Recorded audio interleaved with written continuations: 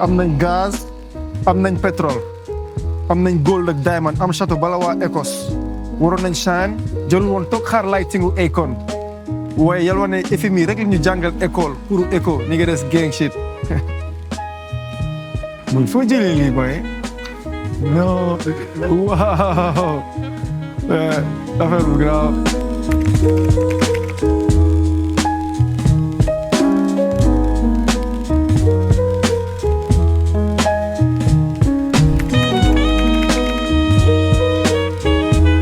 Je définis mon art comme quelque chose de spontané, comme une expression de ce qui se passe autour de moi, comme l'expression d'un ambassadeur de la ville de Dakar et du Sénégal.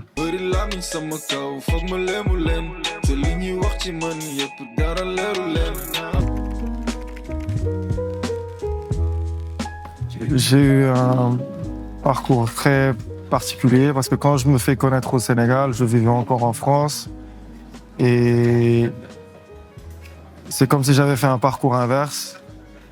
Quand les artistes d'habitude commencent en Afrique, au fur et à mesure qu'ils évoluent, ils s'internationalisent entre guillemets.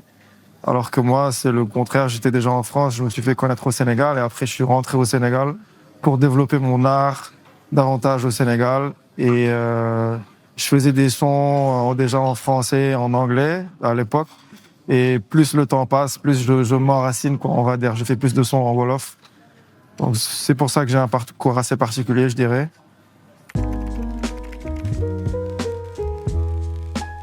Pourquoi Monenek? Ouais, parce que comme je le disais tout de suite, c'est possible de réussir au Sénégal. Quand j'ai vu que je peux vivre de ma passion au Sénégal, sachant que j'ai beaucoup de personnes qui me suivent et que c'est hyper important pour moi d'inspirer les gens qui me suivent, qui m'écoutent, je me suis dit que je vais développer un concept qui va aller dans ce sens-là pour montrer que même si c'est dur, on est en Afrique, on est au Sénégal, mais malgré ça, c'est en Afrique qu'il y a eu des Youssou N'Dour, des Thione Seck, etc.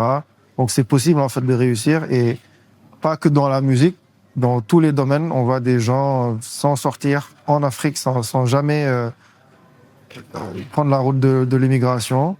Et c'est hyper important parce que on oublie souvent qu'au Sénégal, on a toutes les ressources pour pouvoir s'en sortir. On ne nous en parle pas assez en fait. C'est ça qui m'a motivé à montrer qu'au Sénégal, on manquait de rien.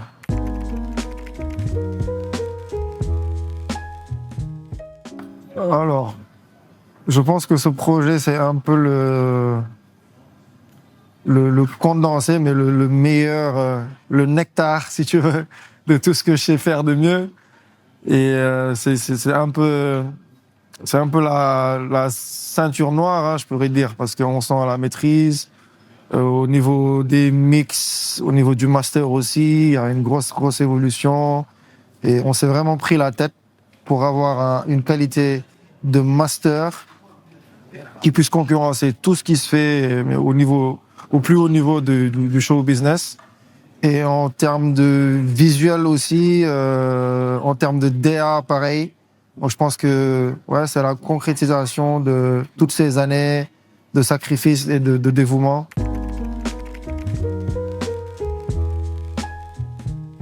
Je pense que c'est Mbiffé.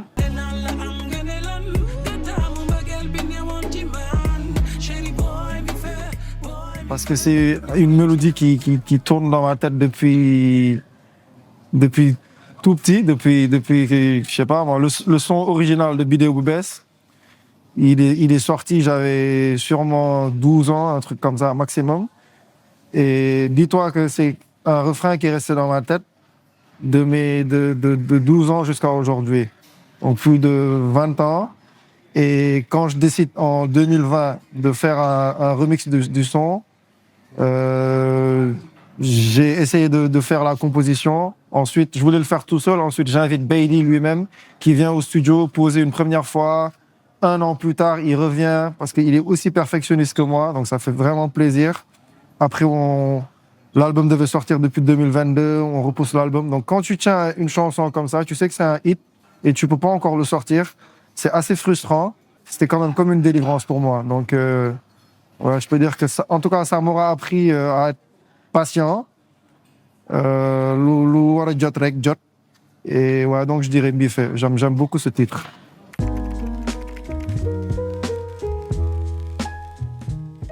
Bon, toutes les collaborations sont marquantes pour moi. PBS.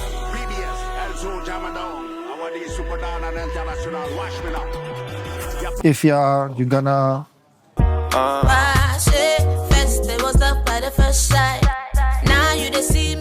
Mais je dirais le son Khalis que j'ai fait avec BKSA.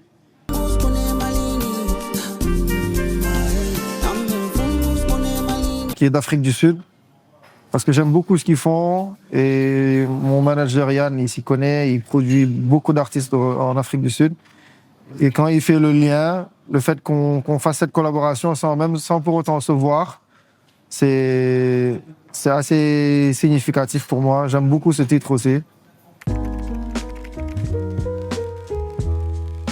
À qui s'adresse ce projet?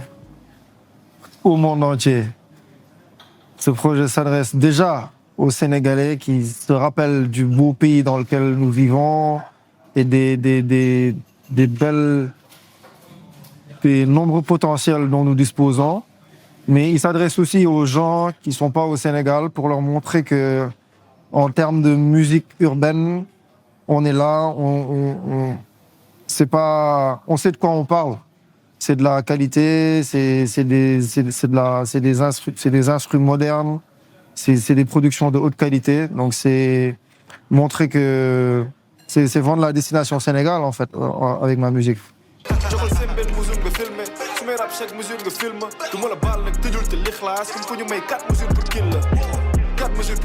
Est-ce que vos films sont bien compris en Europe? Non, mais mettons-nous bien ça dans la tête. Moi, l'Europe n'est pas mon centre. L'Europe est une périphérie de l'Afrique. Vous voyez, ils sont restés plus de 100 ans chez moi, ils n'ont pas parlé ma langue, je parle leur langue. L'avenir, pour moi, l'avenir ne dépend pas d'être compris par l'Europe. Je souhaiterais qu'ils me comprennent, mais ça ne me fait absolument rien. Si vous prenez la carte de l'Afrique, géographiquement, vous pouvez mettre l'Europe et l'Amérique, il nous resterait encore de la place. Pourquoi voulez-vous que ce tropisme, vous savez, le tropisme, pourquoi voulez-vous que je sois comme le tournesol qui tourne autour du soleil? Je suis moi-même le soleil. Ousmane Sembène, c'est tout pour moi. C'est une de mes plus grandes sources d'inspiration. Et il y a des connexions comme ça. Je peux en dire, mais tellement. La connexion que j'ai avec Ousmane Sembène, je peux même pas tout expliquer parce qu'il y a un truc surnaturel, tu vois. Tous ces films, 80% des scènes sont tournées au plateau.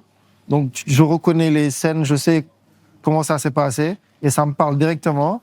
Et quand je découvre ça, c'est comme si, à l'époque où je découvrais ça, c'est comme si c'était l'époque idéale pour que je tombe sur ça parce que j'étais en France, je faisais mes études, le Sénégal me manquait, je suis seul dans ma chambre d'étudiant, je regarde ces films, je revois des quartiers de mon enfance que j'avais même oublié et je me souviens que ici je jouais au foot ici, je jouais au billes ici, etc.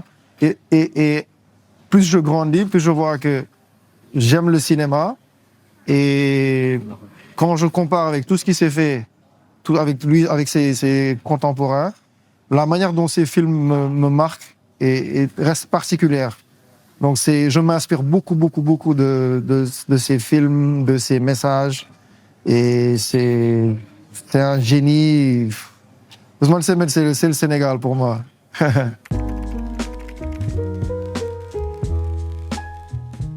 Comment Ousmane Sembène?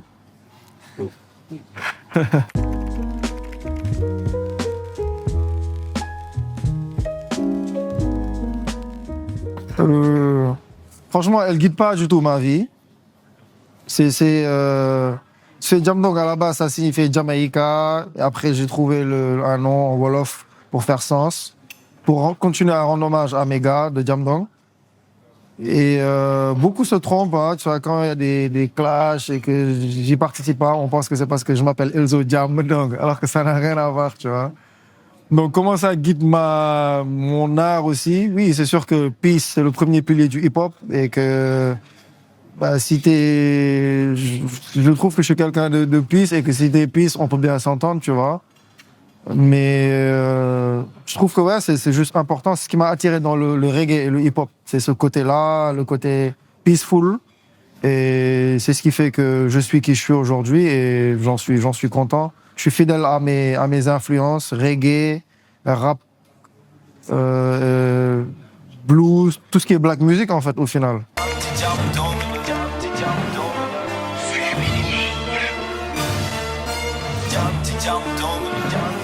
Le groupe Jamdong, bah, malheureusement, je suis le seul qui est actif à temps plein. Belzo fait du son de temps en temps. J'aime pas plus la musique que mes gars, que Belzo, Cam, Mo, Faya, ça j'en suis sûr. Mais je suis le seul qui en fait son métier aujourd'hui. Et donc c'est sûr que je pense pas qu'il y aura un projet Jamdong à nouveau. Je pense pas du tout. Mais j'espère qu'il y aura au moins des collaborations qui vont arriver ensemble. On en a tous envie en tout cas.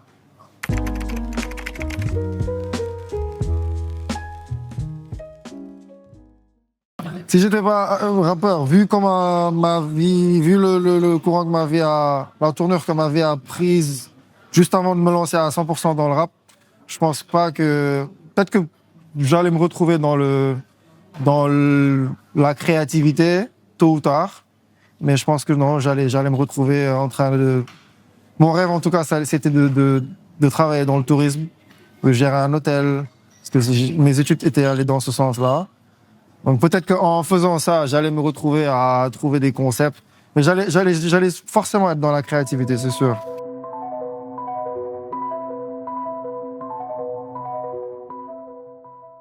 Je pense que c'est Suppu Kanye.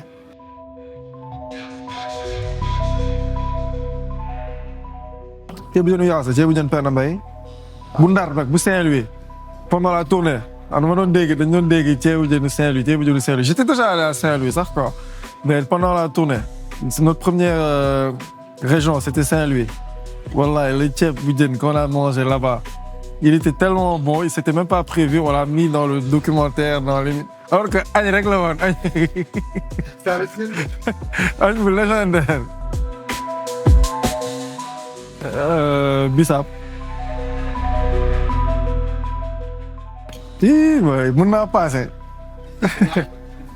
Daara ji.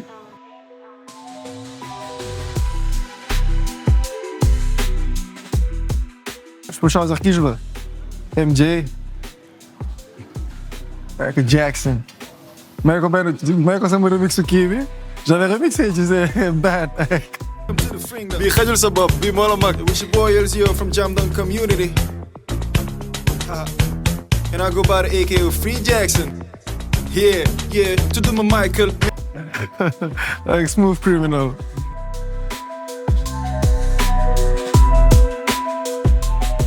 Un fan de se tatouer Jamdong.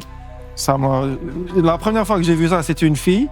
Au début, hein, 2015, je me disais, mais non, my go.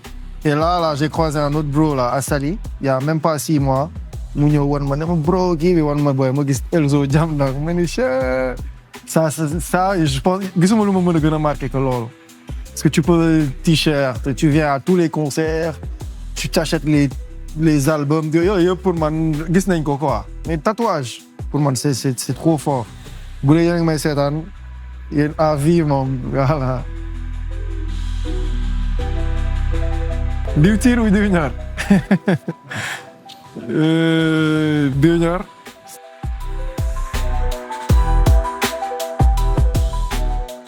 Un livre L'étrange destin de Wangrin, Amadou Hampâté Bâ. Un son Man in the Mirror, Michael Jackson. Bon, comme on a déjà parlé de Semben, si je devais choisir parmi Semben, La Noire de...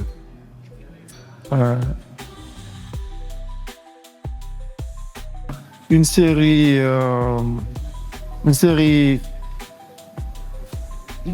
Breaking Bad, Squid Game. J'ai beaucoup aimé la première saison et très déçu de la saison 2. Breaking Bad.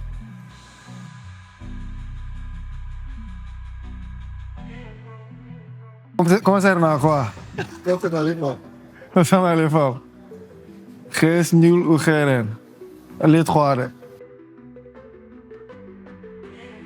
T'as fini de man. Non, man, comme dans le fin, bah, on va dire que tu finis, hein. Ah ouais, ça c'était le 11 décembre dernier, jour de sortie de l'album Mondanek, dans la salle de conférence du Grand Théâtre, qu'on a décoré pour avoir une ambiance d'avion, pour présenter l'album. Moment historique. Historique. Oh, Nelson, Queen LNM. Ça, c'est ma sister qui a lancé la plateforme qui s'appelle Cousin d'Afrique.